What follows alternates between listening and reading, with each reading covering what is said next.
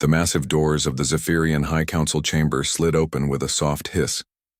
Ambassador Kethvar walked through them, his blue-scaled face showing confidence as he carried the datapad containing their latest expansion plans.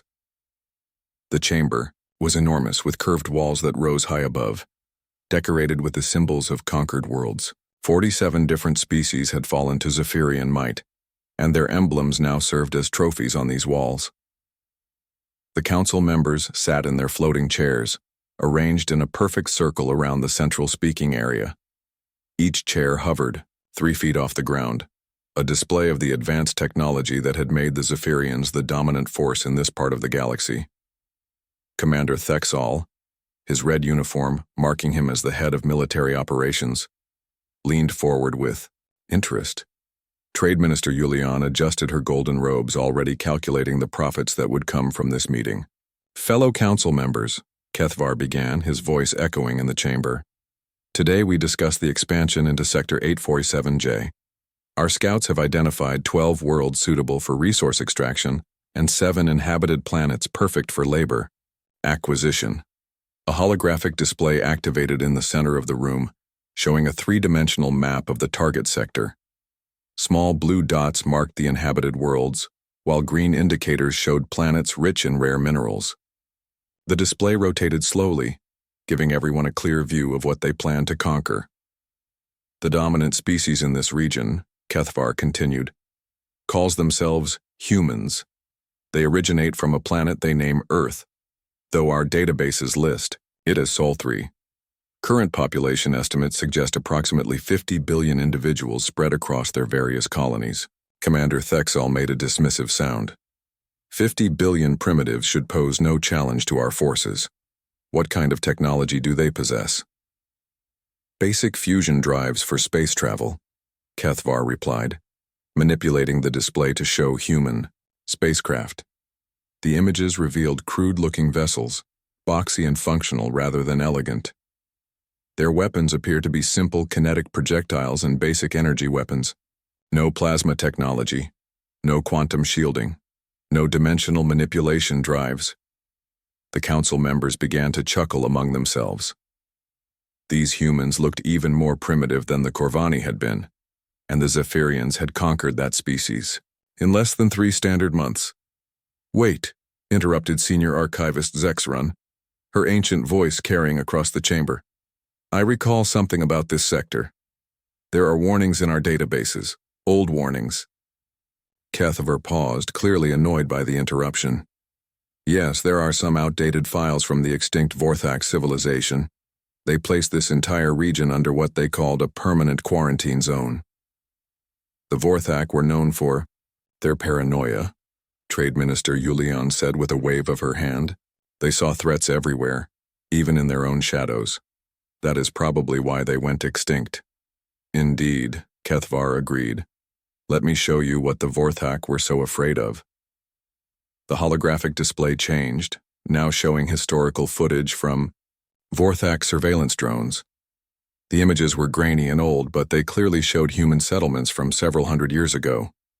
Small cities with basic buildings, humans walking around in simple clothing, primitive vehicles moving through streets. Children played in parks while adults went about their daily work. This is what terrified the mighty Vorthak, Kethvar said, his voice dripping with sarcasm. Look at them. They look weak, soft, completely harmless. Commander Thexol laughed loudly. The Vorthak were afraid of these creatures? No wonder they went extinct. Any species that fears such pathetic beings deserves to disappear from the galaxy.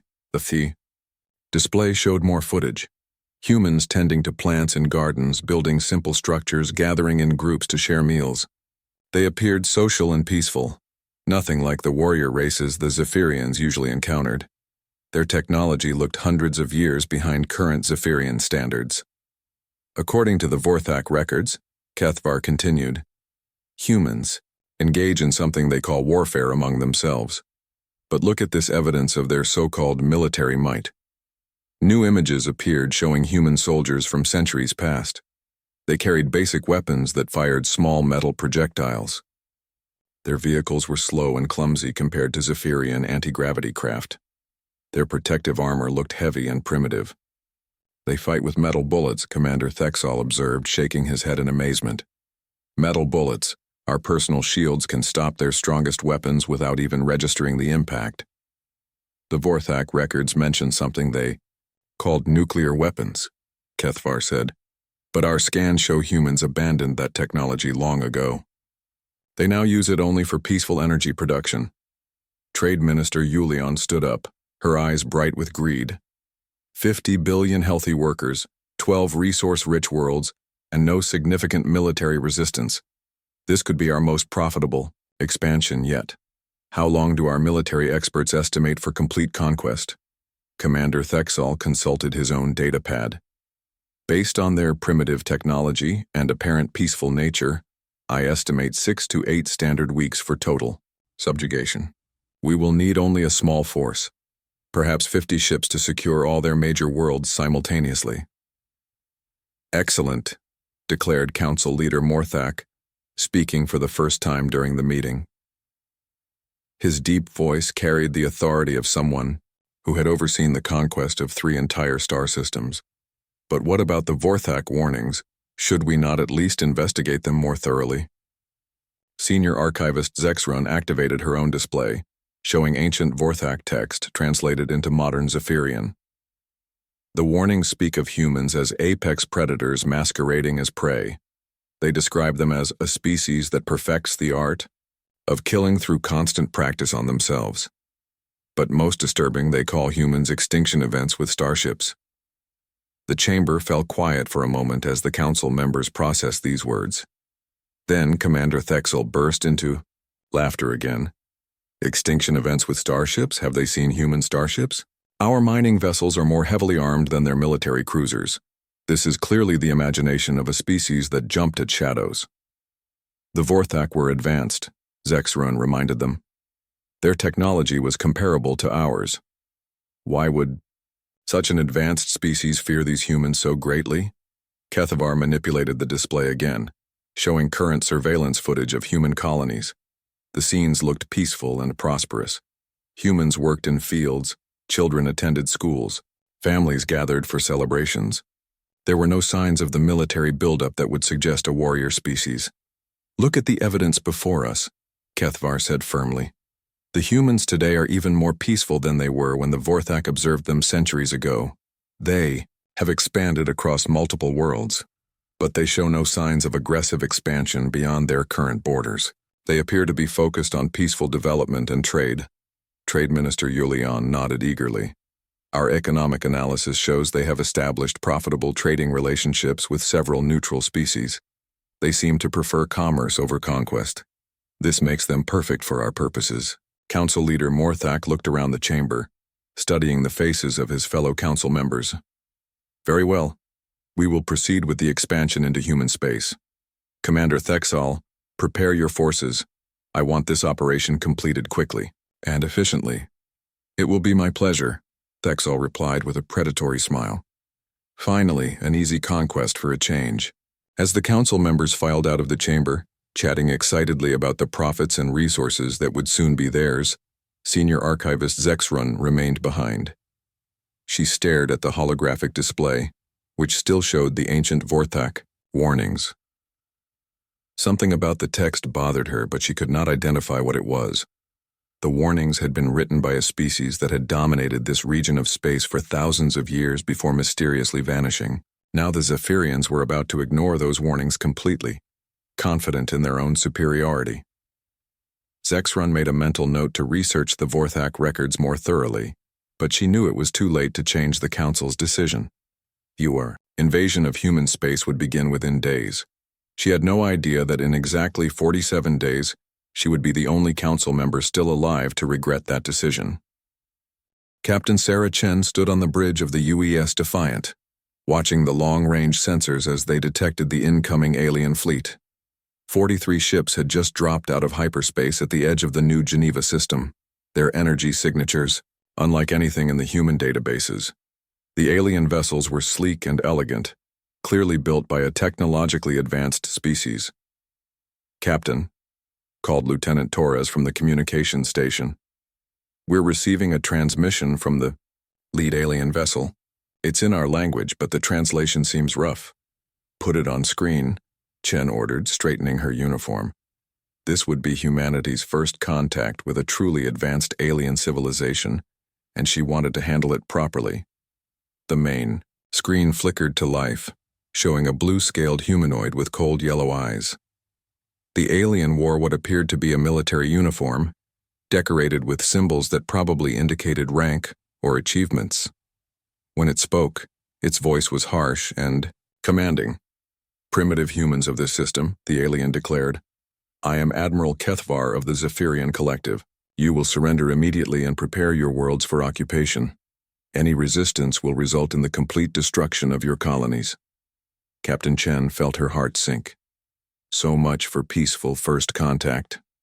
She activated the ship's communication system and responded calmly.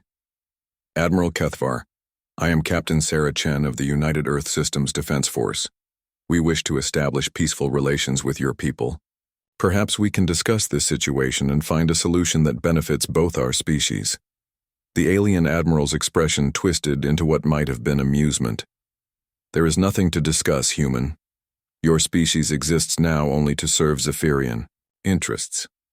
Surrender within 1 standard hour, or we will begin bombardment of your civilian centers." The transmission ended abruptly, leaving the bridge crew in stunned silence. First Officer Marcus Webb turned to Chen with a grim expression. "Orders, Captain." Chen looked at the tactical display showing the alien fleet moving into attack formation. The enemy ships were clearly more advanced than human vessels, but they were also outnumbered. The New Geneva system housed over 2 million civilians across 3 colonies, and the human defense fleet consisted of 12 ships. "Send a priority message to Earth Command," Chen ordered. "Inform them we have hostile first contact with an alien species calling themselves Zephyrians. Request immediate reinforcement and authorization to implement Warsaw Protocol if necessary." Webb nodded and began entering the commands. Warsaw Protocol was humanity's last resort plan for dealing with extinction-level threats. It had been developed after careful study of human military history, incorporating lessons learned from every major conflict Earth had ever seen. Most people hoped it would never be needed. "Captain," Torres called out, "the alien fleet is beginning bombardment of the outer colonies. New Geneva Prime is under attack." On the screen, bright flashes of energy lit up the space around New Geneva's main colony world. The Zephyrian weapons were incredibly powerful, tearing through defensive shields like paper.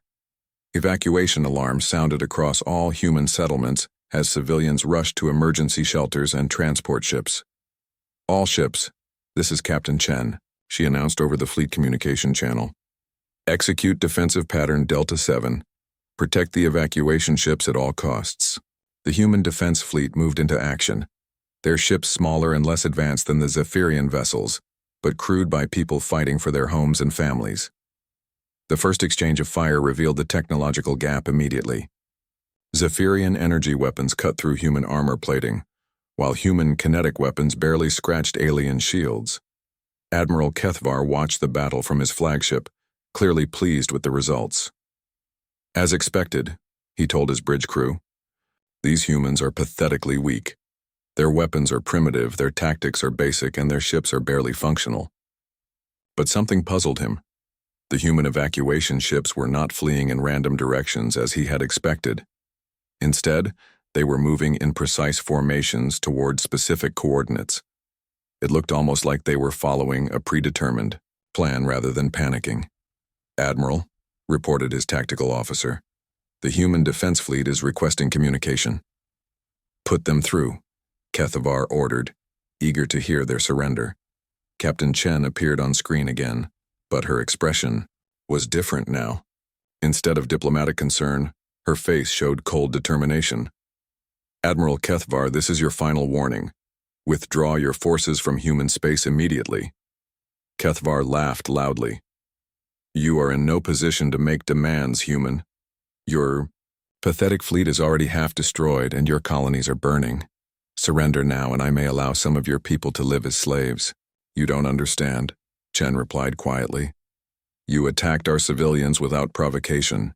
You refused diplomatic contact. You have declared war on humanity itself." She paused, her eyes hard as steel.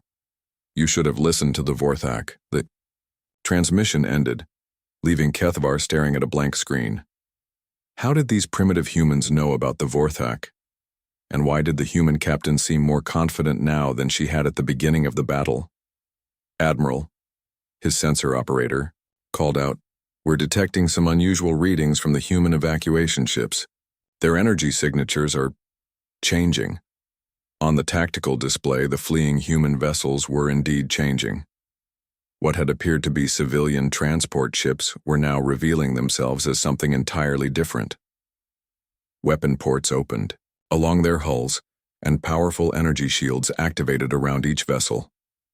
"Sir," the tactical officer reported with growing concern, "those aren't evacuation ships. They're warships disguised as civilian vessels, and there are a lot more of them than we initially detected." The truth became clear as the evacuation fleet completed its transformation. Nearly 200 human warships had been hiding among the civilian transports, their true nature concealed by sophisticated sensor jamming technology. The humans had not been panicking at all. They had been executing a carefully planned trap, but even more disturbing was what happened next. The human defense ships that had been destroyed in the initial exchange began to move again. What the Zephyrians had interpreted as death explosions had actually been the ships dumping their outer armor and non-essential systems, making them appear destroyed while actually making them faster and more maneuverable. "This is impossible," Kethvar whispered, watching as the human fleet reformed around his forces. "They were supposed to surrender. They were supposed to be primitives." Captain Chen's voice came over the communication channel one more time, broadcast to every ship in both fleets. "All human vessels. This is Command 6. The enemy has fired on civilian targets and refused diplomatic contact. Authorization confirmed. For Warsaw Protocol implementation. Rules of engagement are now: no survivors, no prisoners, no mercy. Make them understand why the Vorthak feared us." The space around New Geneva exploded into chaos as the human fleet attacked with tactics the Zephyrians had never encountered. Human ships rammed directly into Zephyrian vessels, their crews sacrificing themselves to cause maximum damage to the enemy. Others used their own dying ships as guided missiles, steering them into Zephyrian formations even as their hulls broke. "Apart, Admiral," shouted his communications officer over the sounds of alarms and explosions. "We're receiving distress calls from half our fleet. The humans are using suicide attacks. They're ramming our ships." Kethvar watched in horror as a burning human cruiser, its crew already dead from Zephyrian fire, continued to accelerate toward his flagship. The ship's automated systems had been programmed to continue the attack even after the crew was gone, turning the vessel into a massive guided bomb. "Evasive maneuvers," he screamed, but it was too late. The impact threw everyone on the Zephyrian bridge to the floor. Emergency lights flickered as major systems failed throughout the ship. But worse than the damage was the realization that was dawning on Admiral Kethvar. The humans were not fighting to win this battle. They were fighting to send a message. Every ship they sacrificed, every life they gave up, was designed to teach the Zephyrians something important. Humanity did not fight the way other species fought. Other species fought to achieve victory with minimal losses. Humans fought to achieve victory regardless of cost. Other species surrendered when defeat became inevitable. Humans turned defeat into weapons. As his flagship limped away from the battlefield with less than half his fleet remaining, Admiral Kethvar finally understood why the Vorthak had placed that quarantine around human space. It had not been meant to protect humans from the galaxy. It had been meant to protect the galaxy from humans. Commander Thexal studied the tactical reports from his command ship, his scaled hands trembling with rage.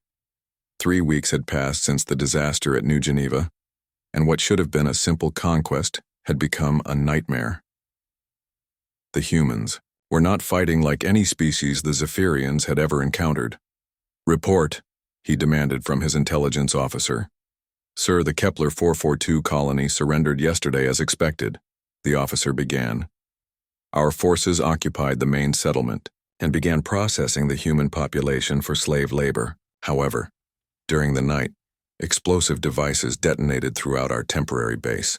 We lost 47 personnel and most of our equipment. Saboteurs hiding among the surrendering population? Yes, sir, but that's not the strangest part. The explosives were made from common household chemicals. The humans turned cleaning supplies and fertilizer into weapons powerful enough to destroy our armored vehicles. Thexal slammed his fist on the console. Every human colony told the same story. They would surrender peacefully, cooperate with occupation forces, and then strike back with devastating guerrilla attacks. The humans seemed to have no honor, no concept of proper surrender protocols. What about the Proxima station? He asked. Abandoned when we arrived, sir. We found the station fully operational with all systems running, so we moved in a garrison force to secure it. The humans had left detailed technical manuals for all the equipment, which our technicians found very helpful. At least something went right. Unfortunately, sir, the manuals contained subtle errors. Following the human instructions caused our engineers to accidentally overload the station's power core. The explosion took out our entire garrison and damaged 3 of our ships. Thexal's yellow eyes narrowed dangerously. Accidental? The investigation team believes the humans deliberately left false information, knowing our engineers would follow the technical specifications exactly. They used our own thoroughness against us. This was becoming a pattern that terrified the Zephyrian military command. Every human settlement they conquered became a trap. Every piece of human equipment they tried to use turned into a weapon against them. The humans seemed to think several moves ahead, anticipating Zephyrian actions and preparing countermeasures in advance. Sir, another officer interrupted, we have a priority communication from Admiral Kethvar. The Admiral's image appeared on the main screen, his once proud uniform now torn and stained. His flagship showed visible damage from recent battles. Commander, I need your full situation report. The humans are requesting a prisoner exchange. A prisoner exchange? Thexal was surprised. We haven't taken any human prisoners. They all seem to prefer death to capture.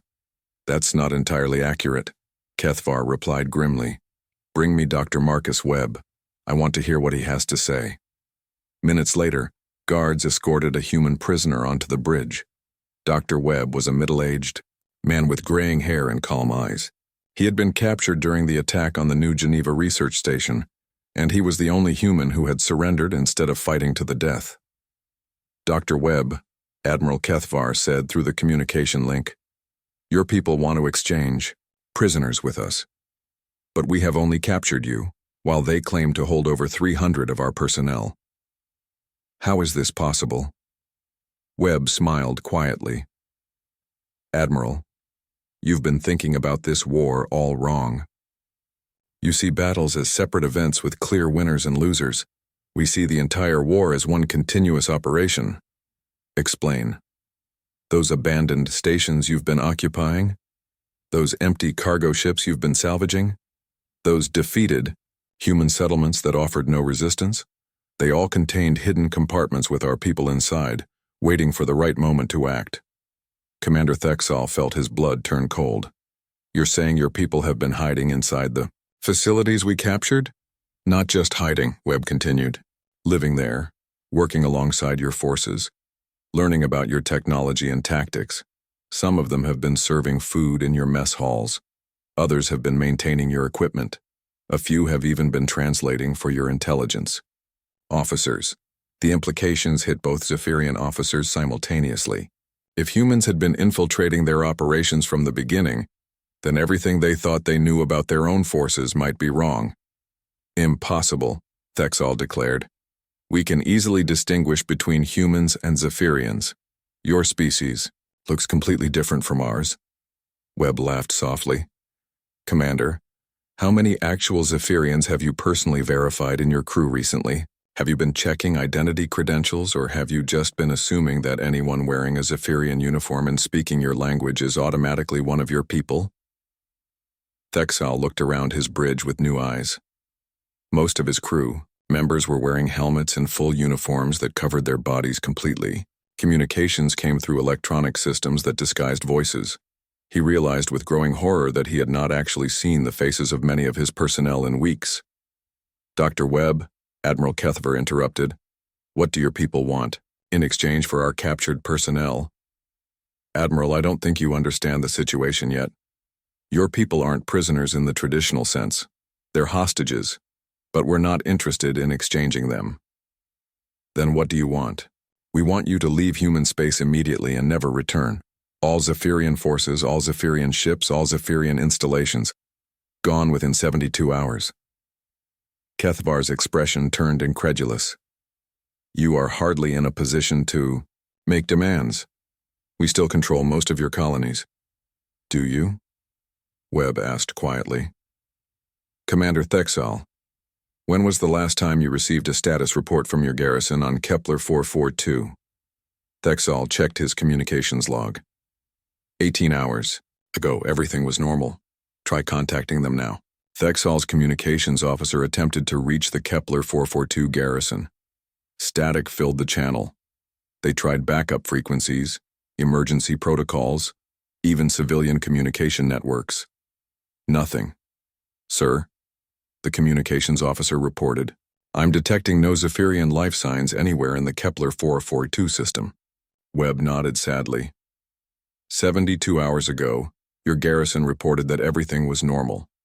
That was true, but normal for us meant that our people had already identified every Zephyrian position, every patrol route, every security procedure.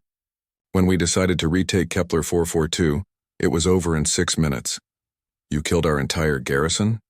Commander, your forces invaded our territory, attacked our civilians, and refused our offers of peace. What did you expect would happen? We're not going to let you occupy our worlds while we negotiate. Admiral Kethvar leaned forward intently. "Dr. Webb, I want you to explain something to me. Your species appears to be peaceful. Your colonies show no signs of military buildup. Your ships are lightly armed compared to ours. How are you achieving these victories?" "Admiral, you're making the same mistake everyone makes about humans. You think peace means weakness. But for humans, peace is what we achieve after we've eliminated all the threats." Webb stood up, his hands still bound but his posture confident. "We've been studying your species since your first scout ship entered our territory 2 years ago. We know your tactics, your technology, your psychology. We know how you think, how you fight, how you make decisions." 2 years ago?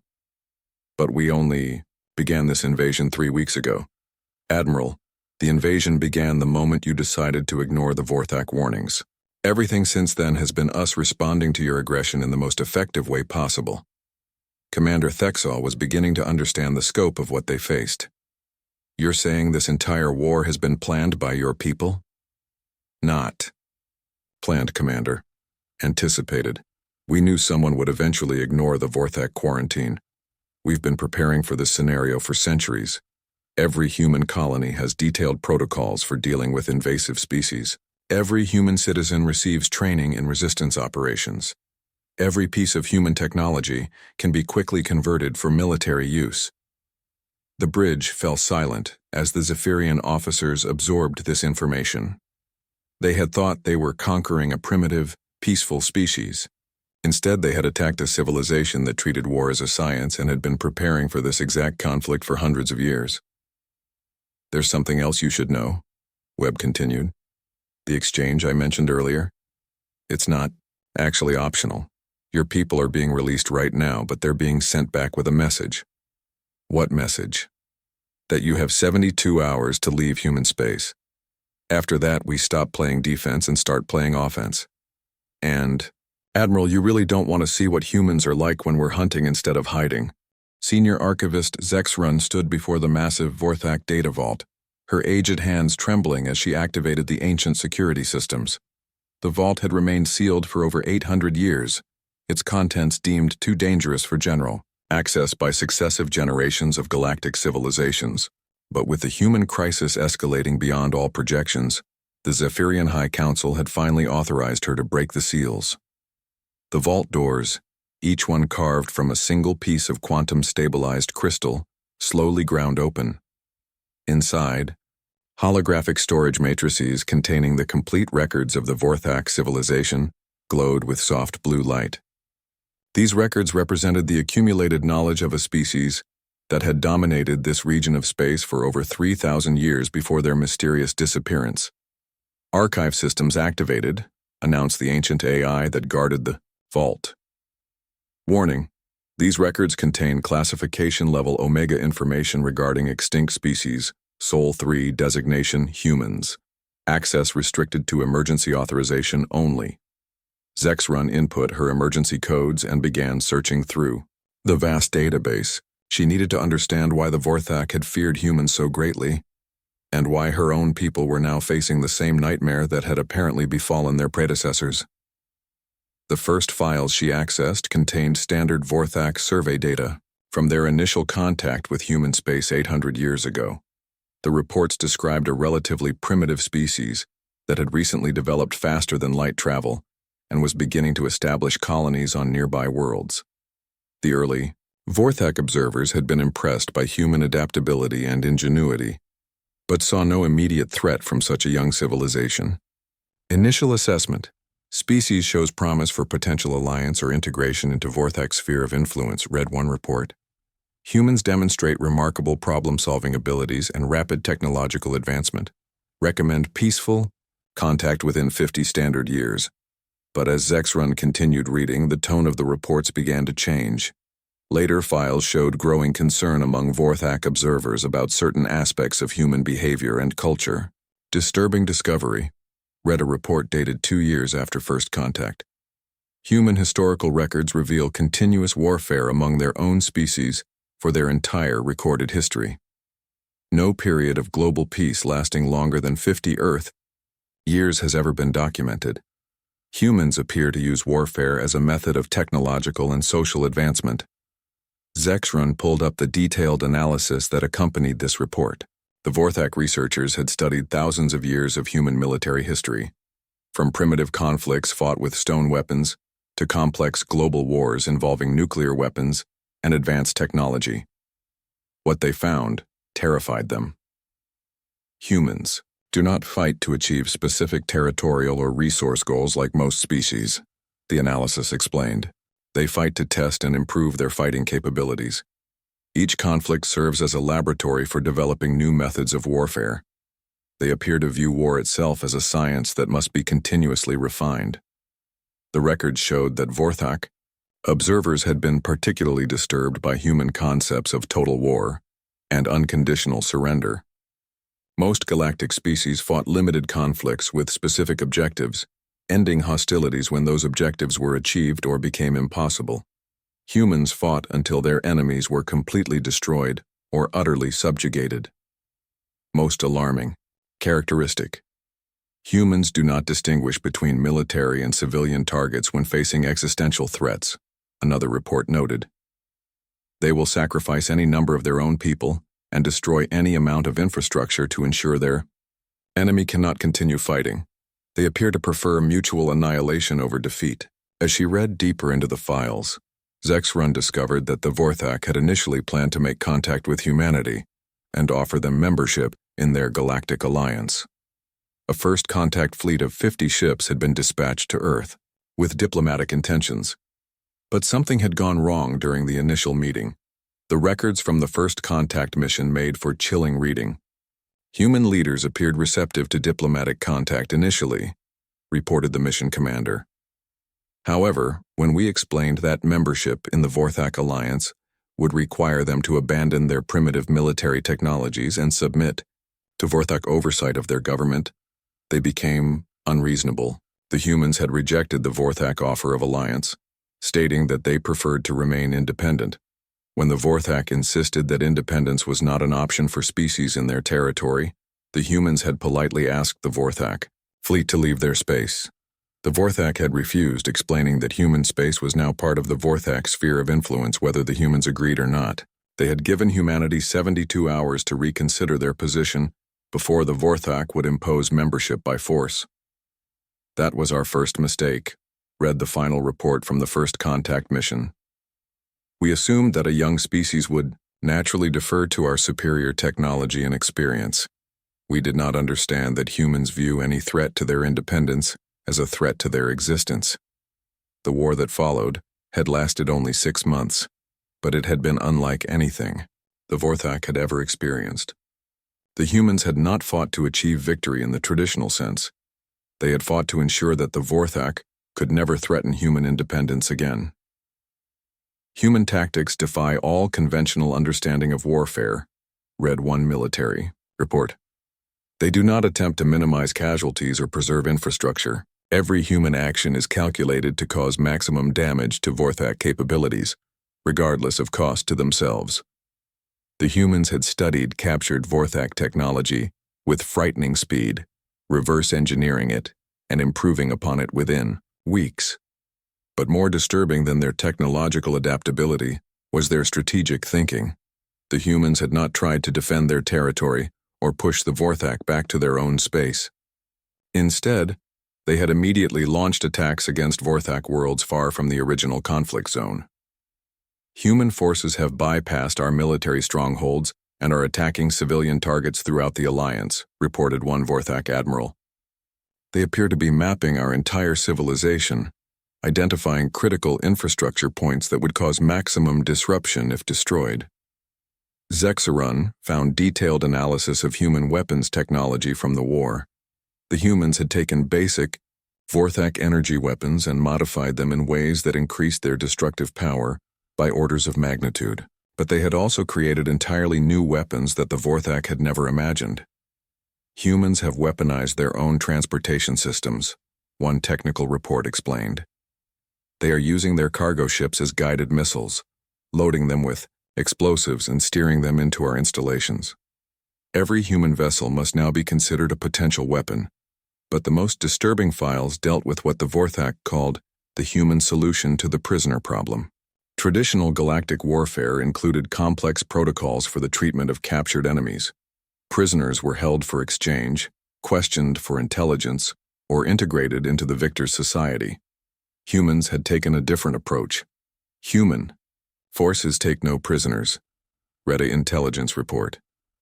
All captured Vorthak personnel are subjected to intensive interrogation to extract technical and strategic information, then executed. Humans appear to view captured enemies not as individuals with rights, but as intelligence resources to be exploited and then disposed of.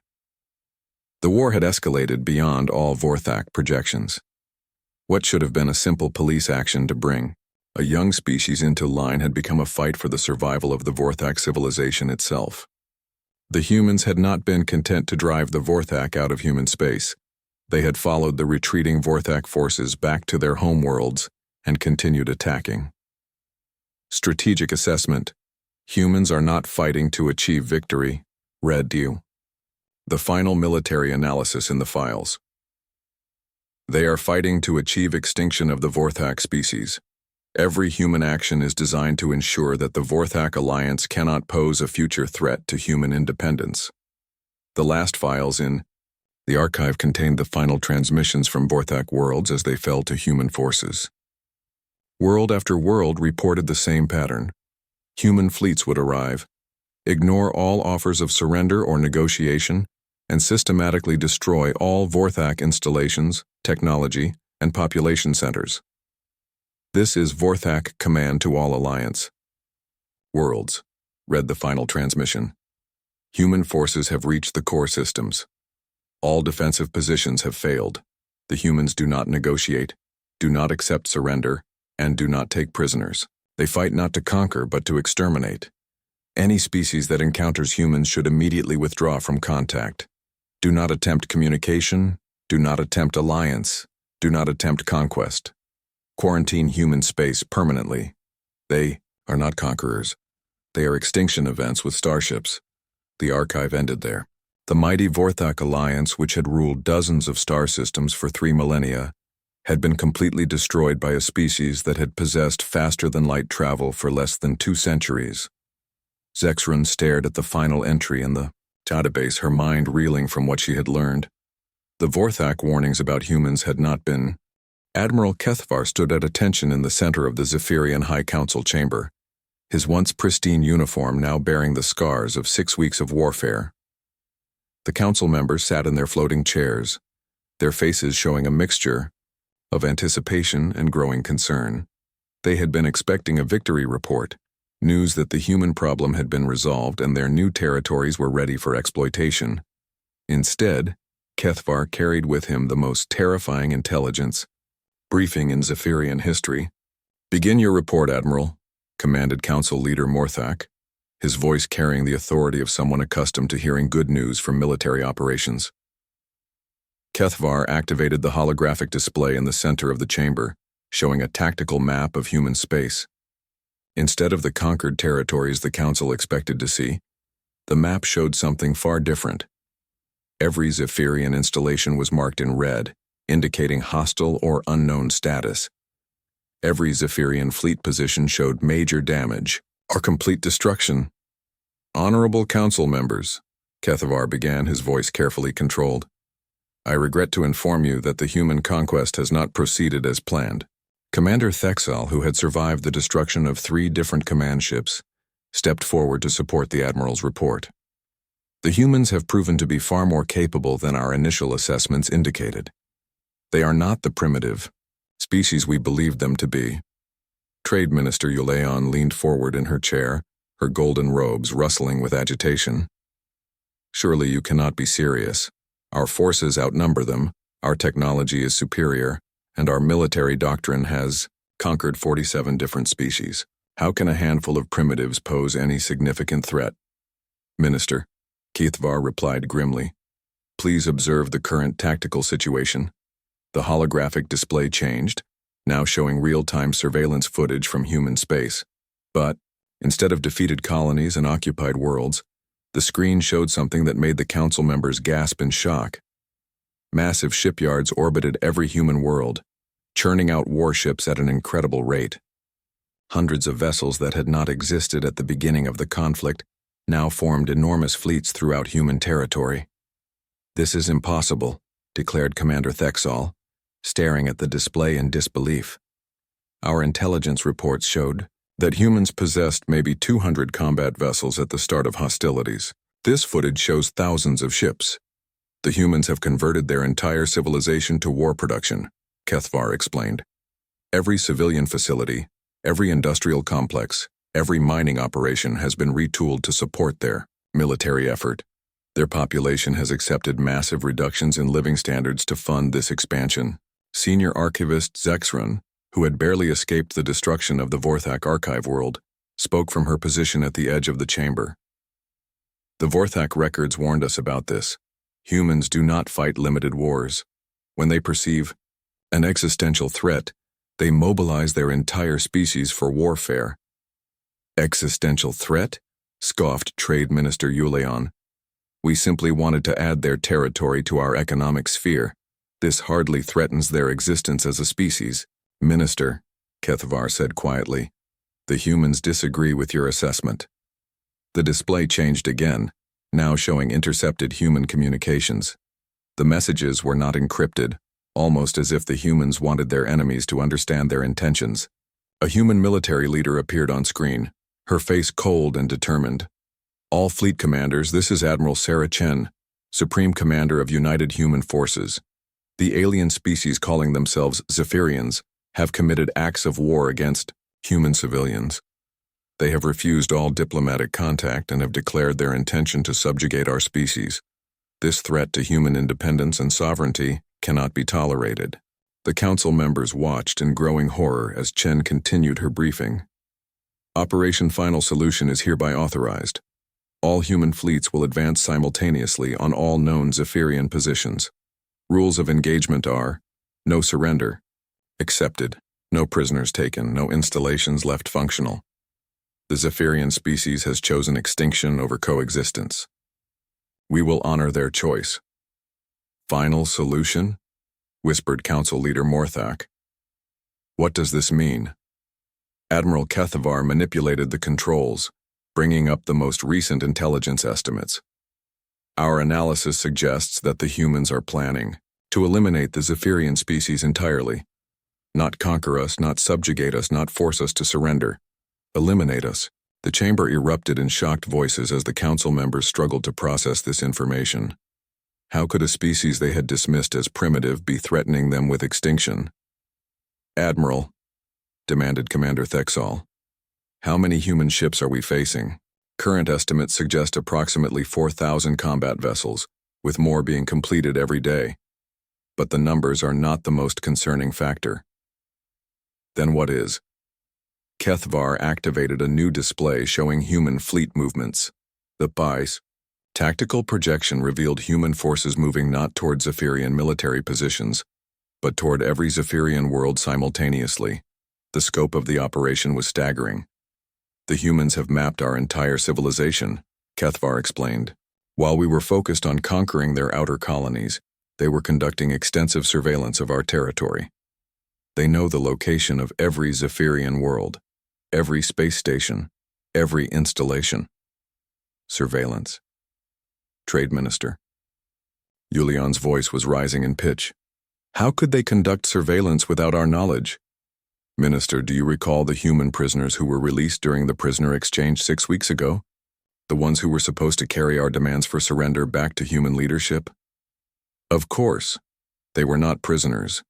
They were intelligence operatives. For 6 weeks, human agents have been living and working throughout our territory, mapping our defenses, studying our capabilities, and preparing for this operation. The implications struck the council members like physical blows. If humans had been infiltrating Zephyrian space for weeks, then everything the Zephyrians thought they knew about their own security might be wrong. "Show me the current tactical situation," ordered Morthak, his voice barely above a whisper. The holographic display expanded to show the entire region of space between human and Zephyrian territory. What it revealed was the stuff of nightmares. Massive human fleets were moving toward every major Zephyrian system simultaneously. The coordination required for such an operation was beyond anything the Zephyrians had thought possible for such a young civilization. "They are not coming to conquer individual worlds," Kethvar explained. "They are coming to end our species.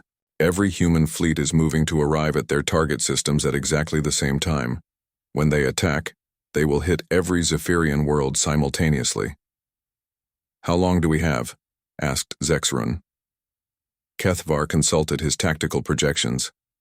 "Based on their current approach, vectors, and speed, the human fleets will reach all major Zephyrian systems in 72 hours. The chamber fell completely silent as the council members absorbed this information. 72 hours until human fleets reached Zephyria Prime. 72 hours until the complete destruction of their civilization became inevitable. "Can we negotiate?" asked Trade Minister Yulian desperately. "Surely they will accept our surrender if we withdraw from their territory and offer suitable compensation." Admiral Kethvar activated one final display. It showed a message that had been broadcast on all frequencies from human space, clearly intended for every Zephyrian to hear. Admiral Chen appeared on the screen again, her expression showing no emotion, as she delivered humanity's final communication to the Zephyrian species. "People of the Zephyrian Collective, this is Admiral Sarah Chen of the United Human Forces. Your leaders chose to attack our civilians and ignore our offers of peace. Your military forces have been defeated, your installations have been destroyed, and your fleets have been scattered. You now face the consequences of your actions." Chen paused, her cold eyes seeming to stare directly at each council member.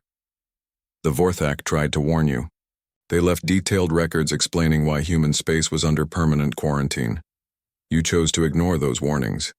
You believed that your technology and military doctrine made you superior to humanity. You were wrong. We offered you diplomatic contact when your fleets first entered our space. You responded with attacks on our civilians. We offered you the opportunity to withdraw from our territory. You responded by demanding our surrender. You have taught us that the Zephyrian species represents a permanent threat to human existence. We have learned from your example." The message continued, and every word sent chills through the council chamber. "In 72 hours, human fleets will reach every Zephyrian world simultaneously. We will not negotiate. We will not accept your surrender. We will not take prisoners. The Zephyrian species chose extinction over coexistence when you fired on our civilians. We are simply honoring your choice." The screen went dark, leaving the council chamber in absolute silence. The floating chairs seemed to drift lower as their occupants struggled to comprehend the magnitude of what they faced. "Is there any way to stop them?" whispered Morthak.